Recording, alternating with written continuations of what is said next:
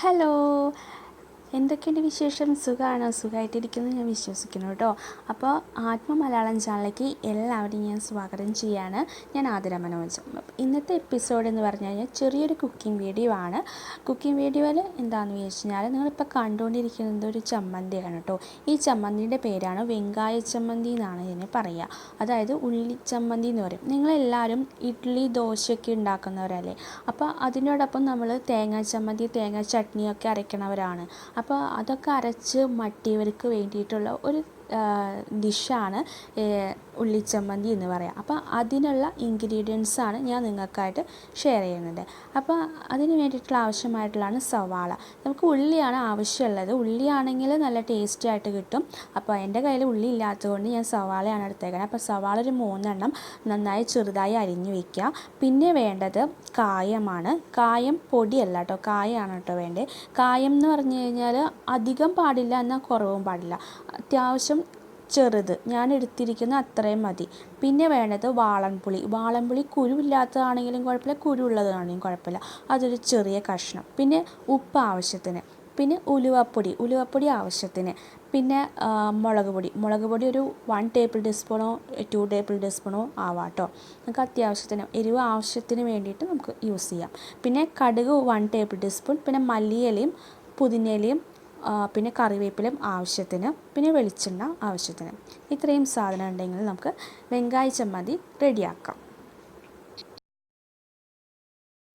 ആദ്യം തന്നെ നമ്മൾ ഈ വാളൻപുളി ഉണ്ടല്ലോ, വാളൻപുളി അതിൻ്റെ പേസ്റ്റാണ് എടുക്കേണ്ടത്. പേസ്റ്റ് എന്ന് പറഞ്ഞാൽ ചാറാണ് എടുക്കേണ്ടത്. അപ്പോൾ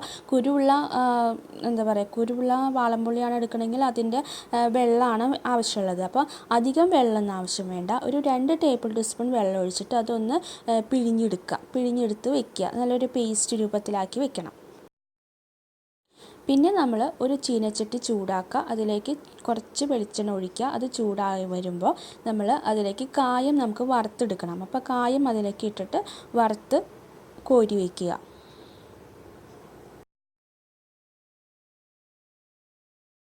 പിന്നെ നമ്മൾ വീണ്ടും അതിൽ തന്നെ കുറച്ച് വെളിച്ചെണ്ണ ഒഴിക്കുക. എന്നിട്ട് അത് ചൂടാക്കുക. അതിലേക്ക് നമ്മൾ അരിഞ്ഞു വെച്ച സവാള ഉണ്ടല്ലോ, ഈ സവാള ഒന്ന് മൂപ്പിച്ചെടുക്കുന്ന പറഞ്ഞാൽ അധികം മൂക്കരുത്, ഒന്ന് വഴറ്റെടുക്കണം.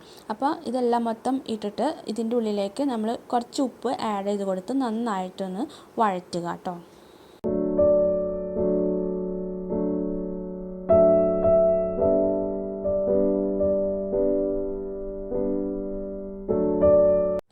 ഇതിപ്പോൾ കണ്ടില്ലേ, ഇത്രയും വാടിയാൽ മതി.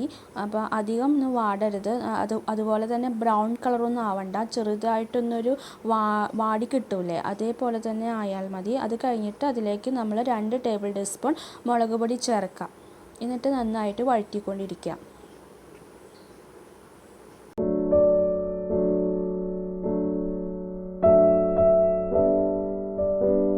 ഇതിലേക്ക് ഒരു നുള്ള് നമ്മൾ ഉലുവപ്പൊടി ചേർത്ത് കൊടുക്കുക കേട്ടോ. കൂടരുത്, ഒരു ചെറിയൊരു നുള്ള് ഉലുവപ്പൊടി ചേർത്ത് കൊടുത്താൽ മതി.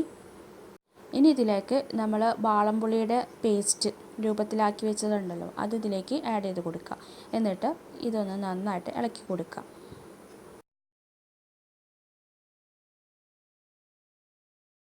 എന്നിട്ട് ഇത് ചൂടാറാൻ വെക്കുക കേട്ടോ.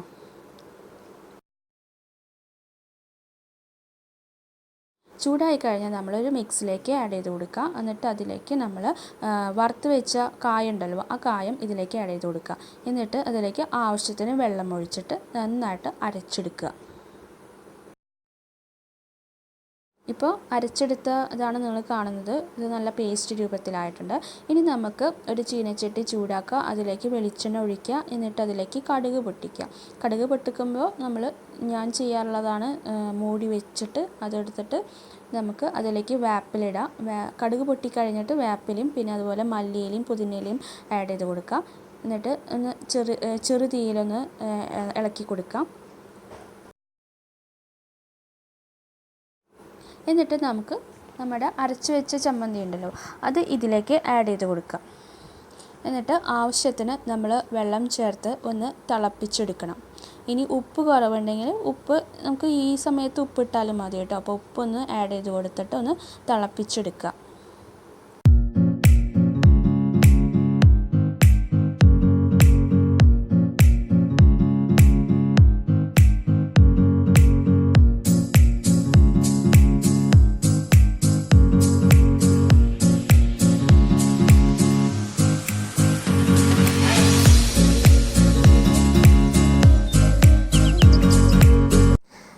ഒരുവിധം തിള വന്നിട്ടുണ്ട്. അപ്പം നമ്മുടെ വെങ്കായ ചമ്മന്തി റെഡി ആയിട്ടുണ്ട് കേട്ടോ. അപ്പോൾ ഇതൊന്ന് നിങ്ങളൊന്ന് പരീക്ഷിച്ച് നോക്കുക കേട്ടോ. അപ്പം എപ്പോഴും നമ്മൾ ചട്നി ഉണ്ടാക്കുക അതല്ലെങ്കിൽ സാമ്പാർ ഉണ്ടാക്കുക, എപ്പോഴും അത് കഴിച്ചിട്ടൊന്ന് വെറൈറ്റി ആയിട്ടൊന്ന് നമ്മൾ ഉണ്ടാക്കി നോക്കുമ്പോൾ നമ്മുടെ മനസ്സിനും സന്തോഷം ഉണ്ടാവും, അതുപോലെ കഴിക്കുന്നവർക്കും സന്തോഷം ഉണ്ടാവും. അപ്പോൾ അതൊന്ന് ഉണ്ടാക്കിയിട്ട് ഒന്ന് എൻ്റെ കമൻറ്റ് ബോക്സിലൊന്ന് അറിയിക്കണം കേട്ടോ.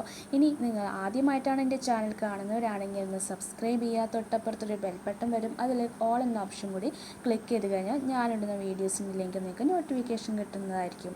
അപ്പം ലൈക്ക് ചെയ്യാനും ഷെയർ ചെയ്യാനും കമൻറ്റ് ചെയ്യാനും മറക്കരുത്. അപ്പം നെക്സ്റ്റ് എപ്പിസോഡിൽ കാണാം. Bye, see U.